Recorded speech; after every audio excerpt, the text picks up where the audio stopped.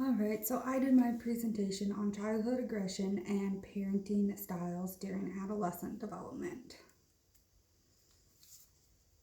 So I did my internship with Mille Lacs County Community and Veteran Services. Their mission statement is to promote the health, safety, and well-being of all county residents by providing the services, resources, and assistance necessary for residents to improve their lives, as said by Mille Lacs County Community and Veteran Services Department. A little bit of history about Mille Lacs County is it is the home of the Mille Lacs Lake, which is also the head of the Rum River. The county was divided into 17 townships and 8 towns, all within 583 square miles of land. The current courthouse was built in 1923 out of cement, tile, and stone. With growing needs, the county needed to expand, which is when the Community and Veteran Services building was built across the road from the courthouse, as well as Mille Lacs County's jail. The Mille Lacs County Courthouse is listed on the National Register of Historic Places, just a side note. My goals while in my internship were interviewing and intake, which were achieved. Underneath interviewing and intake, we did response to service requests. I felt that I was able to assist Jessica, the social worker I was with, and other Mille Lacs County workers with responding to service requests, whether it be for waiver services, food stamps, or even transportation services. There were a lot other services that were included, but I just narrowed it down to 3. We did monthly client meetings. I was able to go with Jessica to many different client meetings, and I felt that I learned the most during these one-on-one meetings because it was more informal and I felt more comfortable to ask questions. The third goal was case planning and assessment. I feel like I partially achieved this goal. We did addressing client needs. In the monthly client meetings, we were able to address client needs, whether it be for assisted living, group housing, or DBT services.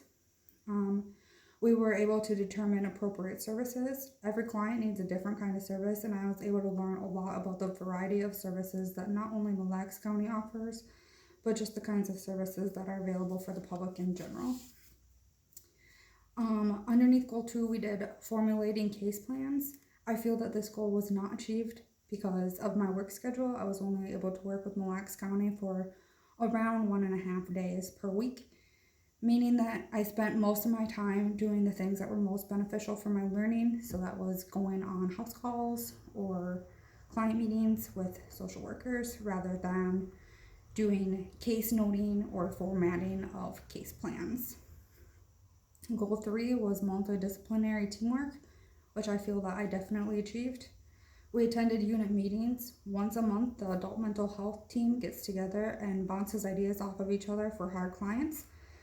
I thought it was really great that they were able to do this and work together as a team and be able to lean on one another as much as they needed to for really great support and advice, which would always help the client out. We also attended provider meetings underneath Goal 3. We did these every Wednesday. There were provider meetings, which is where all the main service providers in Mille Lacs County or that Mille Lacs County works with all meet together on one day and they talk about all the clients that they have. Usually it's kind of the harder cased clients or the clients that need a little bit more assistance than what regular clients do. They all put their heads together and they all figure out the best means or method to help this client out and get the proper help that they need. All right, pros and cons of my internship. I'll start with pros. For pros, I feel that I had a great experience. I was honored to work with Mille Lacs County. They were amazing. The things that they wanted me to learn, I don't know how many times in a week I'd hear, I'm just telling you this because I wish I knew this when I first started. And I thought that was really beneficial for me for learning, even if I don't choose to go in the social work career field. It's very beneficial for me to learn that kind of stuff. I was definitely able to go on way more things than just adult mental health service calls. I did adult mental health, child mental health. I worked with CPS. I did some min choices assessments and CPS is Child Protection Services. So, another pro is the atmosphere. Everyone wants to help everyone in Mille Lacs. They will drop anything if they can to assist someone. Anyone will ask anyone questions. It's really awesome. And like people come and get me from my desk and they'll be like, oh, I have a house call that I'm going on. Do you want to come with? And I thought that was super exciting that they would just come and grab me because they had something going on that they thought I would be interested in. So the cons are, one of my cons of my internship was I wasn't able to get as many hours as I would have liked just because of work. I was not able to not work while I did my internship. Therefore, I did 8 to 12 hours a week, usually around 8. And another con that I had was my ability. There were many times that I wanted to be able to do more than I could, but I couldn't because of my time that I was there, or because I felt like I was kind of missing some of the education that I might have needed. But I just concluded that to be because I was a psychology major, not a social work major. I didn't learn exactly all the stuff that a social worker does because I was a psychology major. Oh, and back to pros. My third pro was that I learned way more in Mille Lacs County than any class could have ever taught me. Just the personal experiences that we did, the teamwork, the bonding skills, I think that was way more than any class could have ever taught me in school. All right. So my literature review connection with my internship, I chose to do my literature review on child aggression and parenting styles during adolescent development because of a trend that I had seen with child mental health and adult mental health clients. It seemed that throughout my entire internship, which was reading case notes upon case notes and going and seeing clients and listening to them talk, I was able to conclude that most clients had something happen in their childhood that related their parents to their mental illness, or related their parents to why they were depressed or why they had anxiety. And I just thought that was really interesting, so that's why I chose the topic I chose. All right, so 3 subjects that I did an article by Dahan, Sowens, Dikovic, and Prenzi.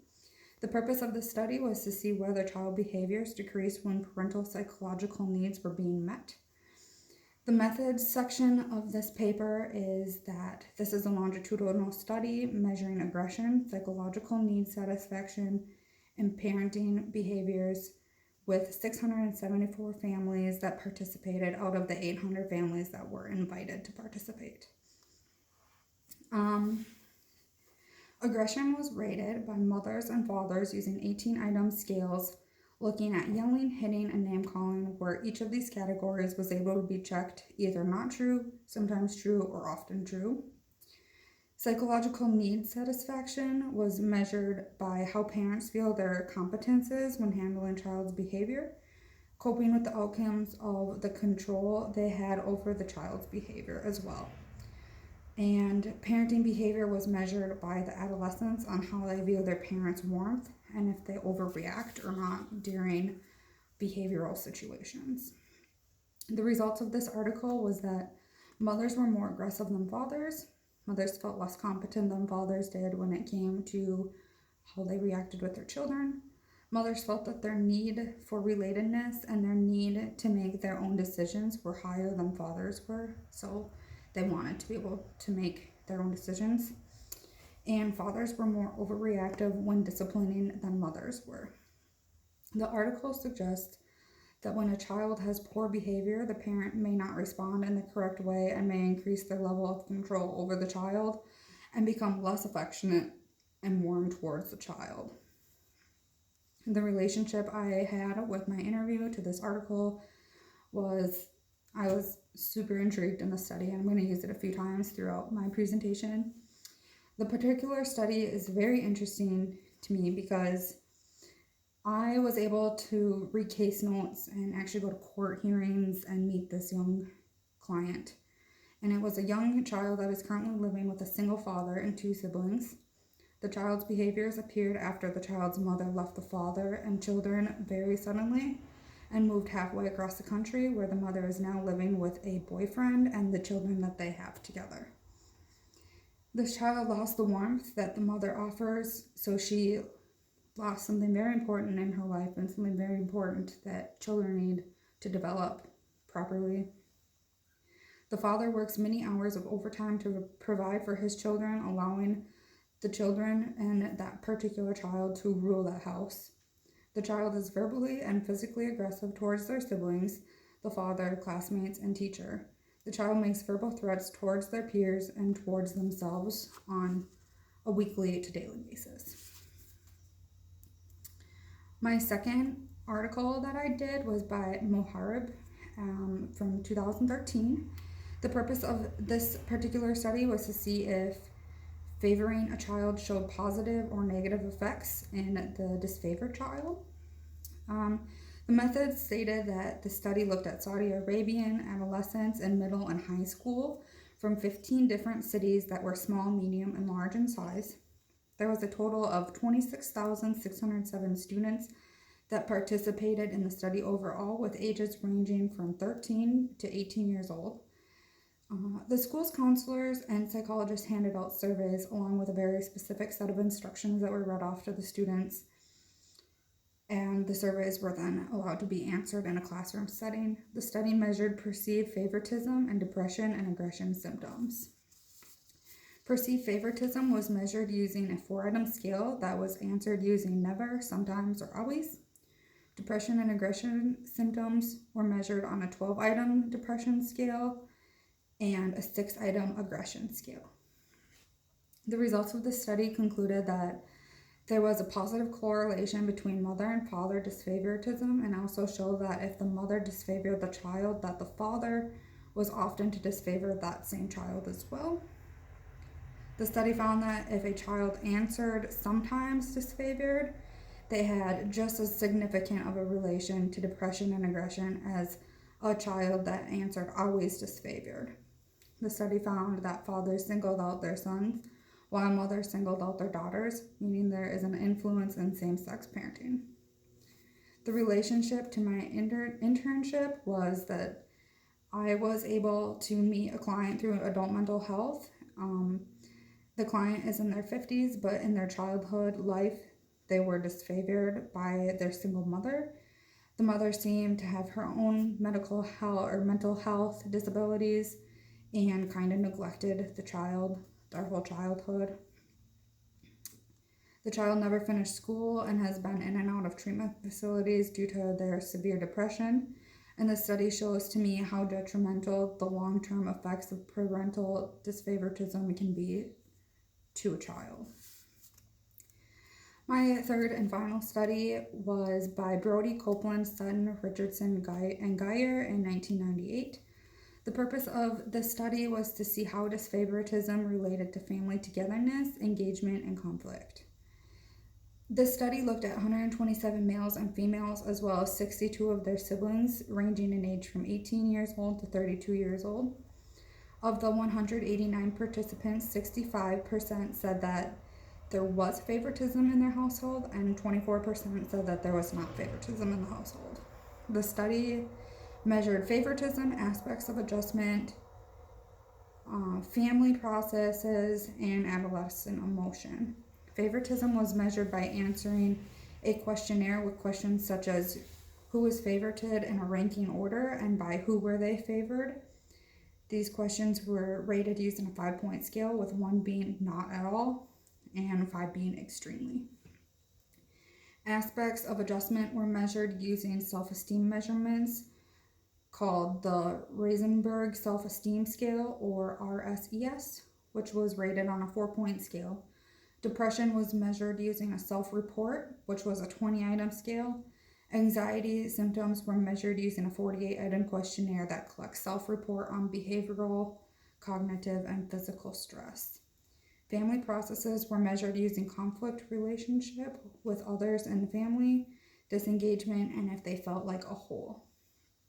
Adolescence emotion was measured using a questionnaire on shame and guilt, so if they felt shame or guilt. The study concluded that in every family it is obvious that there is a child that is and is not favored.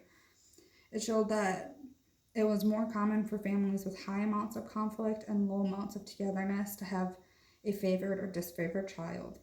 The study suggests that because a child feels disfavored, that they are more prone to purposely create problems with siblings, causing high amounts of conflict. The relationship to my internship, I'm going to go back to that child mental health case. Again, the child's father, single father, working many hours of overtime, trying to provide for his 3 children, all under the ages of 14.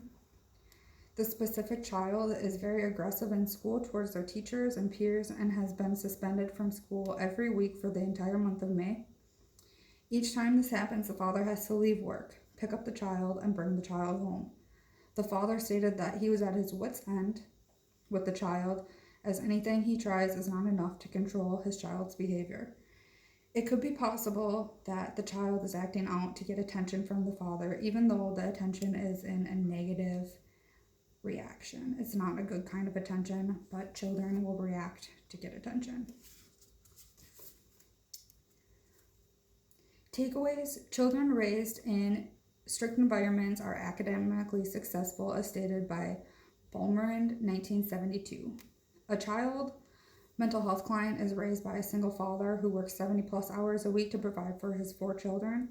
The client has under average IQ and has a poor school record, is basically what I took away from that specific article. I could relate them the minute I read that article. An article called "Children Favored by Their Parents Are Less Likely to Have Depression Symptoms and Are Less Likely to Show Aggression Behaviors" by Maharb, 2013. I could immediately relate it to an adult mental health client where their father showed them that they were their favorite, that child was the father's favorite, and the father gave that child the most attention, and it was in a very, very poor way. The client coped with this childhood life with alcohol causing severe brain damage and depression. Another takeaway is that when I read by Patterson that overreacting done by parents will overall backfire, causing the child to show aggression, I immediately thought of that specific child that we've talked about a few times now, being raised by the single father, being kicked out of school multiple times for aggression towards classmates and school staff. The client has stabbed the security guard at the school with a plastic knife and told multiple classmates that they will quote unquote beat the shit out of them. By the way the school reacts, suspending the child, the teachers have yelled at the child. There have been signs of aggression from both parties because everyone is at their wit's end. It has shown that overreacting does backfire. In conclusion, I think it is safe to say that psychological needs have to be met for children and for parents. If a parent feels incompetent in their parenting, they're going to portray that uneasiness to their child. It is important for parents to show their children warmth and compassion with a moderate amount of psychological control. Parental favoritism is detrimental to the disfavored child in regards to their mental health, and it is very easy to favor children of the same sex, which is really upsetting. Lastly, positive attention and negative attention. Children will seek either, as long as they're getting the attention that they need to strive psychologically. It is more beneficial to reward positive behavior than it is to not reward it at all, or not acknowledge it, or say thank you, make a big deal out of it, show them that you really appreciated that positive behavior. And it is more beneficial to ignore or discipline negative behaviors. And my references. Thank you.